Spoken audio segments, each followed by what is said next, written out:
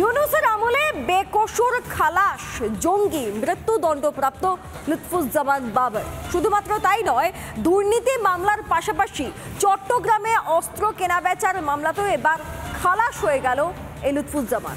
কার্যত ইউনূস সরকার এই সমস্ত জঙ্গিদেরকেই গুরুত্ব দিচ্ছে। বাংলাদেশকে ভারত বিরোধী জঙ্গি রাষ্ট্র বানাতে বদ্ধপরিকর মোহাম্মদ ইউনূস। জেল থেকে বেকসুর খালাস পেল মৃত্যুদণ্ডের সাজাপ্রাপ্ত কুখ্যাত জঙ্গি নেতা লুৎফুজ্জামান বাবর। প্রমাণিত সন্ত্রাসী বাবর হঠাৎ জেল মুক্ত। একই সঙ্গে মুক্তি পেয়েছে আরও 5 জঙ্গি। বাবরকে মুক্ত করতে আদালতে বিচারের নামে নাটক। উলফা জঙ্গি পরেশ বড়ুয়ার সাজা কমানো হয়েছে, মৃত্যুদণ্ডের বদলে যাবজ্জীবনের শাস্তি। 14 জনের ভিতরে 7 জনকে খালাস দিয়েছেন, 6 জনকে 10 বছরের সাজা দিয়েছেন এবং 1 জনকে যাবজ্জীবন সাজা দিয়েছেন। কে এই লুৎফুজ্জামান বাবর, যার জেল মুক্তিকে কেন্দ্র করে এত বিতর্ক? বিএনপি সরকারে স্বরাষ্ট্র প্রতিমন্ত্রী ছিল বাবর। 2004 থেকে 2008 সাল পর্যন্ত দায়িত্বে ছিল। কুখ্যাত চট্টগ্রাম অস্ত্র চোরাচালান মামলায় গ্রেফতার করা হয় তাকে। 2004 সালে হাসিনার জনসভায় গ্রেনেড হামলার আসামি ছিল সে। 2018 সালে এই মামলাতে মৃত্যুদণ্ডের সাজা দেওয়া হয় তাকে। একাধিক জঙ্গি সংগঠনের সঙ্গেও যোগ রয়েছে তার। জেএমবির সঙ্গে গোপন ষড়যন্ত্রে লিপ্ত এই বাবর। আপনারা দেখছেন লুৎফুজ্জামান বাবর, সরাসরি তার বিরুদ্ধে অন্তর্ঘাতের অভিযোগ ছিল। জাহাজ ভর্তি করে অস্ত্র আনিয়েছিল পাকিস্তান থেকে। সেই লুৎফুজ্জামান বাবরকে মুক্ত করছে। হাসিনাকে প্রাণে মারতে গ্রেনেড হামলা করে। ভারতের উত্তর পূর্বে অস্ত্র পাঠানোর ষড়যন্ত্রকারী লুৎফুজ্জামান বাবর বেকসুর খালাস পায়। বাংলাদেশকে কোন অন্ধকার পথে নিয়ে যেতে চাইছেন ইউনূস? সাল 2004 চট্টগ্রামে 10 ট্রাক অস্ত্রশস্ত্র উদ্ধার। কি উদ্দেশ্য ছিল?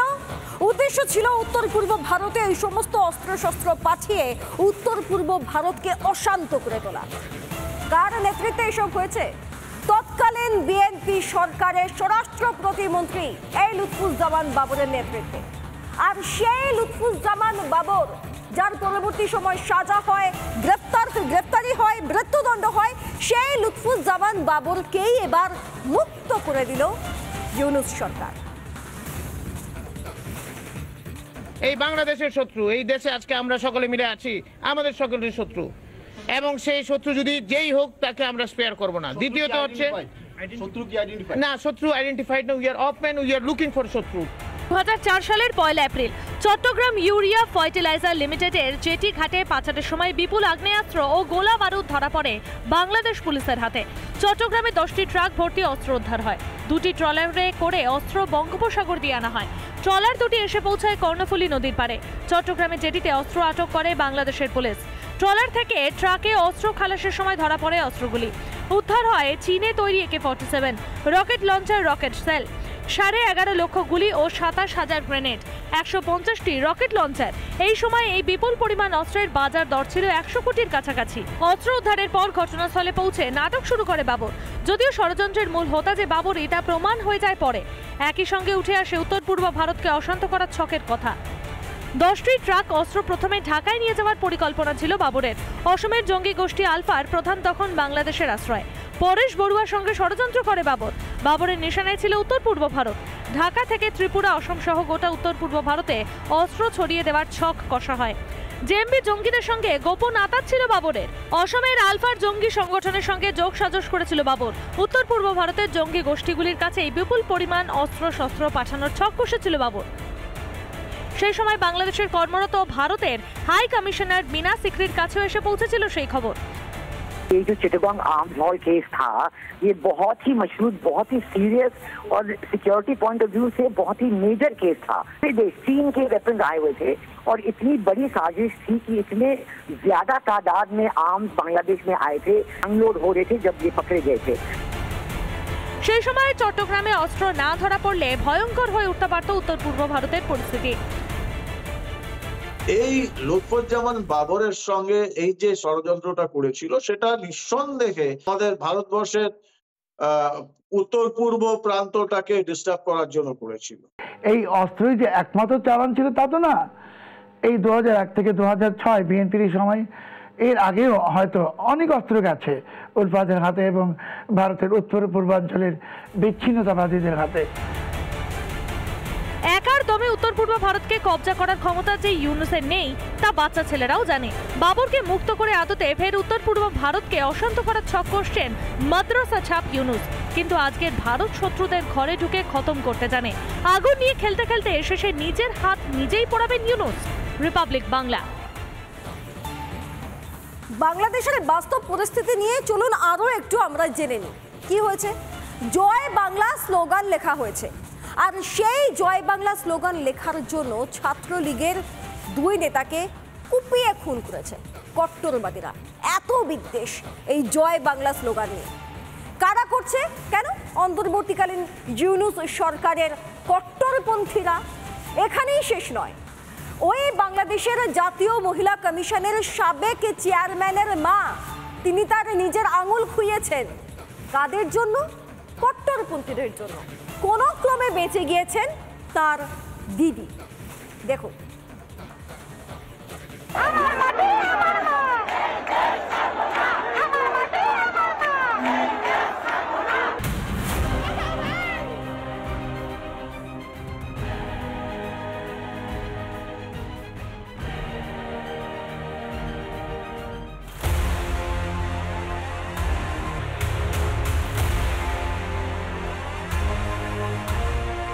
চলছে বাংলাদেশ। জয় বাংলা স্লোগানকে নির্মূল করার চক্রান্ত মোহাম্মদ ইউনুসের। বাংলাদেশ থেকে বাংলাকে সরানোর পরিকল্পনা আগেই করেছিলেন ইউনুস, এবার তারই বহিঃপ্রকাশ। জয় বাংলা লেখার অভিযোগে চাঁপাইনবাবগঞ্জের নাচল উপজেলায় ছাত্রলীগের 2 নেতা কর্মী মোহাম্মদ মাসুদ রানা ও রায়হানকে নির্মমভাবে কুপিয়ে খুন করল কট্টরপন্থীরা। মাসুদ রানা ও রায়হান এলাকায় জয় বাংলা স্লোগান দেওয়ালে লিখেছিলেন, সেই সময় খুন করা হয় তাদের। হত্যার পিছনে কি শুধুই রাজনৈতিক বিরোধ? যে কোনো রাষ্ট্রের গণতান্ত্রিক ব্যবস্থা বা প্রশাসনিক বা আইনের স্থিতাবস্থা এবং অর্থনৈতিক উন্নতি, এইগুলো না থাকলে কোনো রাষ্ট্র আগে এগোতে পারে না। সেটা বাংলাদেশের প্রত্যেকটা জায়গায় বাংলাদেশ ধ্বংস। এখন ইউনুস ভেবে পাচ্ছে না কি করবে। এটা তো গেল একটা ঘটনা। বাংলাদেশে মুজিবুর রহমান বিদ্বেষ এবং আওয়ামী লীগের বিরোধিতা যেন আগুনের লেলিহান শিখার মতো হাওয়ায় উঠছে। দিকে দিকে আক্রান্ত হিন্দু সনাতনীরা। তারা হৃদয়ে এখন উর্দু, পাকিস্তান, উর্দুস্থান নিয়ে ঘুরছেন এবং তাদের কাছে এখন যে ভাষা তাদের নিজেদের আপন ভাষা, মাতৃভাষা, সেটাকে ত্যাগ করে বিজাতীয় উর্দু ভাষাকে তারা আপন করে নিচ্ছেন এবং সেখানে উগ্র ইসলামী মৌলবাদ চাইছেন। বাংলাদেশের একজন মন্ত্রী তো বলেওছেন তিনি মোগল শাসন চান। তো এটাই বোঝা যাচ্ছে যে তারা আবার পিছনে সরে যাচ্ছে। বাংলাদেশ যেভাবে সমগ্র মানুষকে সঙ্গে নিয়ে তার অর্থনৈতিক সমৃদ্ধির দিকে এগোচ্ছিল, তাতে সবার বাংলাদেশের দিকে নজর পড়েছিল। এখন যা বাংলাদেশ চলছে তাতে বিশ্বের নজর সেক্ষেত্রে বাংলাদেশ সমাদৃত নয়, বরং বাংলাদেশকে নেগেটিভলি দুনিয়া দেখছে এবং দেখবে। বাংলাদেশের নেত্রকোনায় পূর্বধলায় জাতীয় মহিলা সংস্থার সাবেক চেয়ারম্যান এবং উপজেলার ভাইস চেয়ারম্যান মণি কর্মকারের বাড়িতে হামলা।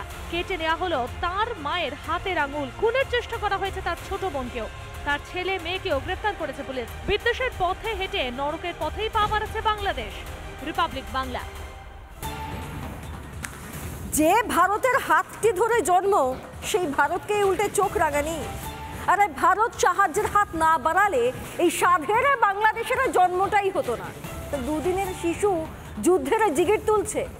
আর এই বাংলাদেশের যারা কট্টরপন্থী, যত এরকম ভারত বিরোধী হাস্যকর শব্দ বাক্যের ব্যবহার করছে, ততই বিশ্ব মঞ্চে নিন্দিত হচ্ছে। এটা তো বুঝুন।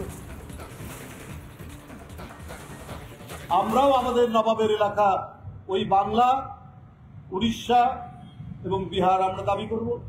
4 দিনের মধ্যে আমরা কলকাতা হোল করে নেব। পুরো মুখে মারিতাং জগৎ। এত অশিক্ষা রাখে কোথায় বাংলাদেশ? 1947-এর পর 1965 পরপর 2 বার ভারতকে আক্রমণের দুঃসাহস দেখিয়েছে পাকিস্তান। পাকিস্তানের সব দেমাক মাটিতে মিশিয়ে দিয়েছিল ভারতীয় সেনা। 1971 সালে মাত্র 13 দিনে ফের ভারতীয় সেনার কাছে নাস্তানাবুদ হয়েছিল পাকিস্তান সেনা। 1999 সালে কার্গিলের যুদ্ধে ভারতীয় সেনা বুঝিয়ে দিয়েছিল তাদের শৌর্য। যে বাংলাদেশের জন্মদাতা ভারত, সেই দেশ এখন ভারতের বিরুদ্ধে বিষোদাগার করছে, ভারতের বিরুদ্ধে যুদ্ধের ফাঁকা আওয়াজ তুলে বাজার গরম করছে। ইন্ডিয়ার এরা প্রতি মুহূর্তে আমাদের বিরুদ্ধে ষড়যন্ত্র করতেছে, আমরা বলতেছি এটা কূটনীতি দিয়ে থামাবো, কিচ্ছু লাগবে না, চুপ করে বসে থাকেন, পাকিস্তানের সাথে আপনি সুসম্পর্ক স্থাপন করেন। কোন ভরসায় এত আস্পর্ধা বাংলাদেশের? বামন হয়ে চাঁদে হাত দেওয়ার মূর্খামি? ভারতের সামরিক শক্তি সম্বন্ধে আদৌ কোনো ধারণা আছে বাতেলাবাজদের? ভারতীয় সেনার সংখ্যা 14,55,000, সেখানে বাংলাদেশের সেই সংখ্যা 1,63,000। গ্লোবাল ফায়ার পাওয়ারের রিপোর্টে দাবি ভারতের কাছে মোট 2,296টি এয়ারক্রাফট রয়েছে, সেখানে বাংলাদেশের 216টি। ভারতের হাতে যুদ্ধবিমান রয়েছে 606টি, আর অন্যদিকে বাংলাদেশের হাতে রয়েছে মাত্র 44টি। ভারতের কাছে সাবমেরিন রয়েছে 18টি, বাংলাদেশের কাছে 2টি। ভারতের কাছে হেলিকপ্টার রয়েছে 869টি, আর বাংলাদেশের রয়েছে 73টি। ভারতের পরমাণু অস্ত্রের সংখ্যা 172টি, বাংলাদেশের একটিও নেই। ভারতের ট্যাঙ্কের সংখ্যা 4,614টি, বাংলাদেশের সেই সংখ্যা 320টি। ক্ষমতা নেই, অকাতও নেই, জেনে বুঝেও ফাঁকা আওয়াজ করে চলেছে কট্টরপন্থীরা। বাংলাদেশের হিন্দুদের উপর অত্যাচার, রুগ্ন অর্থব্যবস্থা, জিনিসপত্রের মূল্যবৃদ্ধি, ভগ্নপ্রায় শিল্প, এসব থেকে নজর ঘোরাতেই আসলে আবল তাবল বকছে কট্টরপন্থীরা। এই ইচ্ছে করে এই ধরনের কথা বলছেন, দুটো পারপাস।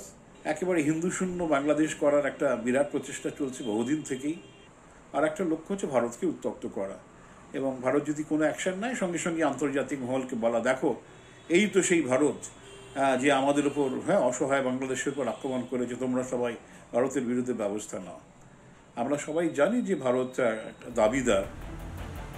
ইউনূসের কেয়ারটেকার সরকারের না আছে শিক্ষা, না আছে কৃতজ্ঞতা। ফাঁকা যুদ্ধ জিগির তুলে কতদিন বোকা করে রাখবে দেশবাসীকে? রিপাবলিক বাংলা। নানা ধরনের কন্টেন্ট দেখার জন্য লাইক করুন, শেয়ার করুন আমাদের ফেসবুক পেজ, সাবস্ক্রাইব করুন আমাদের ইউটিউব চ্যানেল। পাশাপাশি অন্যান্য ব্রেকিং নিউজের জন্য অবশ্যই চোখ রাখুন রিপাবলিক বাংলায়।